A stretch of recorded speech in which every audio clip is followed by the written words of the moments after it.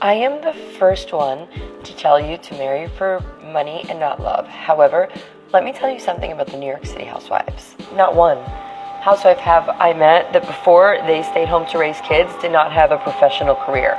We're talking nurses, we're talking physicians, we're talking attorneys, we're talking, engineers, top schools. Every time we go to a mom's dinner, I am in awe at the education and careers that these women had before they decided to stay home and raise kids, including myself. Wow, that's amazing. Wait a second. You mean to tell me that rich, successful men tend to gravitate towards women with money in upstate New York? A place that's filled with rich people? Well, golly gee willikers, lady. The next thing you're gonna tell me is that spaghetti comes from Italy and that your face is about 97% Botox. Lady, we already know that modern women marry for money, status, and a fairy tale ending. That's nothing new. And you're most certainly not the first woman to tell people this, and you won't be the last. The only difference between you and them is that you're just being blunt. And I would give you points for being obvious, but I don't see the point. Now, I'm no expert, but I'm fairly certain that you're referring to people that run in circles that don't apply to 99% of the population. They have their own rules when it comes to marriage. Am I wrong on this one? Let me know in the comments section. I was not a Cinderella story. When I met my sugar daddy, I was living in a 2-bedroom on Central Park West. I had already traveled around the world. I owned my apartment in Miami. I had my stuff going on. I wasn't a cocktail waitress. A side note, when I was a cocktail waitress married to an older man many, many years ago, he did not treat me with the same respect that I received when I was a successful adult. Nor would an ambitious, successful, on his way to being successful, average rich man that was looking for a healthy relationship have dated me if I were some yoga instructor that lived with 6 roommates in a walk-up flex flat. And that's an interesting thing about mathematics is when you're 50% right, you're 100% wrong. You know what? I almost understand what she's talking about. Now, my knowledge on the subject is fairly limited, but there is a kind of hierarchy of sorts when it comes to wealthy people, and yes, depending on the culture, there is a certain level of judgment. So it doesn't surprise me that she's being so nonchalant about her sugar daddy's past financial standing. They live in a completely different world, but what I find interesting is how she's acting like she's a part of this world, even though she's openly admitting that she wasn't born into it. And that might not sound like a big deal, but trust me, it is. She's also admitting that she has a sugar daddy. So you may flex about how you have your own money and multiple properties and blah, blah, blah, but none of that matters because you're not earning any money now. You have a sugar daddy, which, let's face it, is just a childish way of saying that you're a live-in Avenue stroller. So I really don't think you're in a position to be acting the way you are, sweetheart, but hey, what do I know? I only value my dignity more than how I earn my money. I keep telling you girls, these men do not want liabilities. And if you just want to do your Botox and wear mini dresses and don't really have a career, they know what you're looking for. In order to level up the type of man you want to date or marry, you have to level yourself up first, okay? Leveling yourself up will also level your standards up. You are working hard, making your own money, looking great, living in your own place, so you're obviously not going to allow a man in your life that doesn't have the same, if not higher standards. When I met my sugar daddy, he was very successful. I was successful, not as successful as him, but I was successful. And I wasn't going to date somebody under me. I wasn't, because I was already accustomed to giving myself a certain lifestyle. When I met him, he had his company and he was average rich, very successful. And we had a really nice life and a nice time, and he took me on vacations, but nowhere that I couldn't have taken myself. And I don't come from money, so I had to figure that all out on my own. The next question is, did I marry him for the love or the money? I need you to follow and stay tuned because there's a part 2. Let's play. This is one of those rare occasions where I'm going to agree with this broad just slightly less than halfway.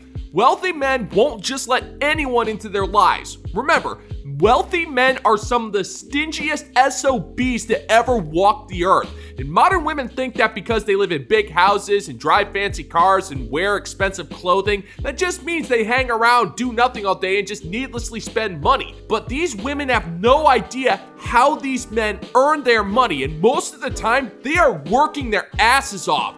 so they're not about to just waste that money on frivolous items. The things they buy are typically long-term investments in one way or another, or status symbols, which are incredibly important in those circles. He's not looking for some broad who's going to waste his money, so he's going to be a little bit more careful on who he lets into his life. But if you're gonna go the sugar daddy route, why in the hell would you marry that broad? It kind of makes me glad I don't have that kind of money. These guys are as weird as they are boring, and yes, I did take a look at part 2, and this is what she had to say. Did I love my sugar daddy when I met him? Would I have loved him if he were broke? No. Yeah, that's a shocker, isn't it? I feel shocked. I cannot spill this tea anywhere but here on TikTok, but I need to tell you all about my ex-husband and his Facebook activities and the that he is saying. I don't think he understands how Facebook works. Okay, so here's what happened. My teenage daughter came to me about a week ago and she goes, Mom, I don't think Dad understands how the internet works. She's like, I don't think he knows I can see everything he's commenting on people's photos. And I'm like, why? What happened? Apparently, there's a woman that posted a picture and his comment to her was, I want you so bad. And then she comments back with these heart emojis or whatever. Well, what did the police say? Woman, social media has made people idiots. This is common knowledge. But this does lead me to a bigger question. Who is the bigger idiot? The man who's leaving comments to a thirst trap online, or his bitter ex-wife who posts videos talking smack about the man she divorced? What business of this is yours? You're making commentary on your ex-husband. The key word here being ex, as in he is no longer your current spouse. Therefore, his social media history has absolutely nothing to do with you. And yet you are clearly so bitter towards this man that your first inclination was to go on TikTok in a pathetic attempt to put your ex-husband on blast for something that people do on social media all the time. What other reason could you possibly have to be posting this kind of worthless garbage? Well, I'm just gonna straight up tell you, because getting an honest answer from you is about as possible as you initiating a divorce for a legitimate reason. The benefit is you getting attention, validation, and sympathy. It's completely self-serving. We see right through it just like we see right through your terrible makeup job, sister. Now keep in mind, this is not a lady of the night, I don't think. She's just in a normal outfit. Okay, so fast forward to today. Today my daughter again is like, Mom, Dad's at it again. And I'm like, what now? And he's like, she goes, it's the same lady. Today he said, I want you so bad. Is that a bad thing? And then she wrote back and she goes, no, feelings like that are beautiful. So then my daughter digs a little bit deeper because I'm like, who is this lady? Where does she live? All these things. So she's like, I don't know, but she's married. And she finds the woman in all her wedding pictures. So I don't really know what's going on, but should I tell my ex-husband that our daughter is seeing all of this play out and probably every one of his other connections too? Or do I just stay out of it? Decisions. Hell! Shut up! Shut up! Shut up! So if I'm understanding you correctly, your ex-husband, who's under no obligation to be loyal to you anymore, is simping for some chick on social media, and you decide that the most appropriate thing to do is the opposite of minding your own business by digging through her social media to find out her marital status and then record yourself talking about how you're the normal one? Lady, just admit that you can't stand the fact that your ex-husband is moving on and you're punishing him for not being faithful and loyal to you, even though you're the one who clearly initiated the divorce. That's what this is about here. The most mature reaction to this would be to chuckle, call him a dumbass under your breath, and then go cook dinner and move on with your life. But you are making the decision to blow this way out of proportion, and you're doing it on purpose because misery loves company. And if your ex-husband isn't as miserable as you are, then you're going to do everything in your power to drag him down to your level. Yeah, that's real normal there, Toots. Man, that's just mean. That's mean, man. All we really know is how we feel. It's all about making ourselves feel good. That's the point of everything that we do. But we get caught up with our egos, so wanting somebody that doesn't want you back is really just for your ego. Just to stroke your ego and make you feel better about yourself. If he's not texting you back, if she's not texting you back, and you're sitting around wondering if this is the right person because they're just not showing up for you, the answer is no, they're not. Things that are meant for us feel effortless, they feel perfect, and they just make sense. And I think you're blocking your blessings by messing around with people that don't deserve your time. Don't forget that.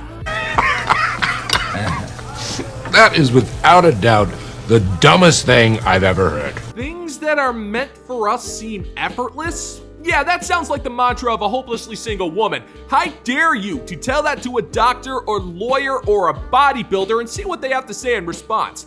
You think relationships are supposed to be easy because that's what romantic comedies have told you. That there's this magical man who will whisk you away to a life where you never have to do any work, but you'll always have money and never grow old, and there'll be unicorns and pixies and all of this crap. I hate to break it to you, sister, but life ain't about feeling good. It's about doing the best you can with what you have, and that means struggling. You're going to feel pain. You are going to suffer, and you're going to have to work for the things you want out of life. But you're expecting the things that you want to be served to you on a silver platter, and I pity you for that. The meaningful things that you want out of life take work, and that goes quadruple for relationships. Just ask anybody who's been married for over 50 years and they'll tell you, but you won't, because you're the type of broad who thinks that The Notebook is a documentary, and there's no saving a broad like that. You have failed conclusively. It's over, and there is nothing that you can do here in this room that can turn that around. So I'm about to get railed by two guys. Ew.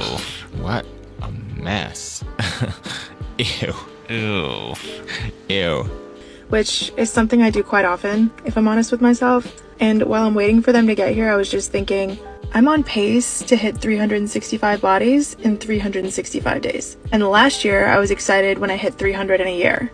But then this leaves me to think, what am I gonna do next year? 500? 600? I'm an ambitious woman. I need to make sure that I'm always striving for greatness. I need to be chasing bigger and better numbers and always surpassing my limits. Does it? She does it. The whole town says she does it. Gentlemen and gents, you might be wondering why I'm not using the South Park meme here, and that's because I don't consider her to be an avenue stroller. As per the definition, avenue strollers technically get paid for their services, and I don't think this is the case for her. She's openly admitting that she wants to try and sleep with as many men as possible because of clout, I think. And there's a part of me that actually gets it. When you become so broken and worthless as her, you might as well just go for broke, because the only way you can feel anything is to go and get railed by two guys, as she so eloquently put it. In her eyes, there's nothing more liberating than hopping from bed to bed in a hurricane of meaningless trysts. So now all she has going for her life is to try and sleep with as many men as possible until she ages herself out. That's the one thing that these women forget. The fun will stop eventually. At some point in a man's life, he's gonna look at her and realize they're not desperate enough to pork a woman who's playing Pokemon STD edition, because apparently she is dead set on catching them all.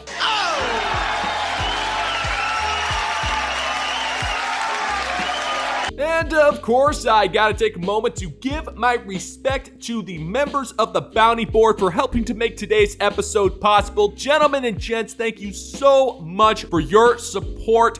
All hail. And if you're interested in helping to support the channel, check out the Bounty Board over on Patreon, where for $5 a month, you can get access to exclusive content, as well as permanent producer credit and a shout out from yours truly. You can also support the channel by liking this video, subscribing if you're new here, or double checking your subscription to make sure the algorithm hasn't unsubscribed you against your will. And of course, sharing the video and leaving comments. That goes a massive way to supporting the channel as well. Thank you for every single thing that you guys do, because as far as I'm concerned, I've got some of the best damn subs on the internet. Thank you for checking out the new video, and until next time, peace out, homies.